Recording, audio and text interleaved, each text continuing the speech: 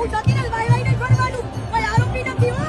હા આરોપી હોય મારા ઘરે મારા બેટી ઉપર. તો આજે આપણે વાત કરવાના છીએ સોશિયલ મીડિયા સ્ટાર એટલે કે કીર્તિ પટેલ, જે હંમેશા વાદ વિવાદમાં જોવા મળ્યા છે.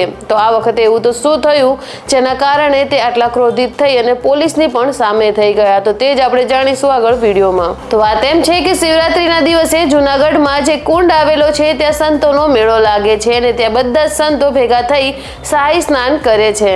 આમ તો તે કુંડમાં કોઈને જવાની પરમિશન નથી હોતી, ફક્ત ત્યાં મહાસંતો જ જઈ શકે છે. અને ત્યાં જો કઈ રીતે કીર્તિ પટેલ ભગવા રંગના કપડાં પહેરી સાધુ સંતો વચ્ચે સ્નાન કરવા પહોંચી જાય છે. આમ તો તે કુંડમાં કોઈને જ નથી જવા દેતા, તો પછી કીર્તિ પટેલ ત્યાં કઈ રીતે પહોંચ્યા?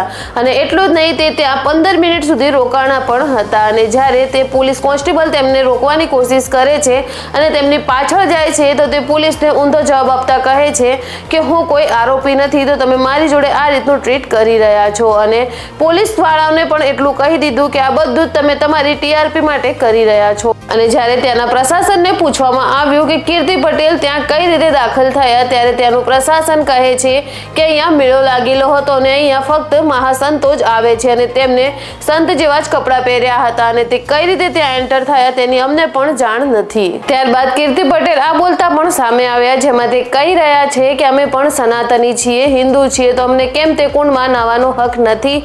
ત્યારબાદ પોલીસ પ્રશાસનનું કહેવું છે કે જો કીર્તિ પટેલે આપણા ધર્મનું કોઈ પણ જાતનું અપમાન કર્યું હશે તો તેમના ઉપર જરૂર કાર્યવાહી કરવામાં આવશે. અને આમ જો જોવા જઈએ તો કીર્તિ પટેલ તે કુંડમાં કોઈ ગાળી ગલોચ નતા કરી રહ્યા, તે ભગવાન શિવના નારા જ લગાવી રહ્યા હતા. વેલ, હવે તમે તમારો ઓપિનિયન કમેન્ટ બોક્સમાં જરૂરથી બતાવજો કે તેમને આ લીગલ કર્યું કે પછી ઇલીગલ.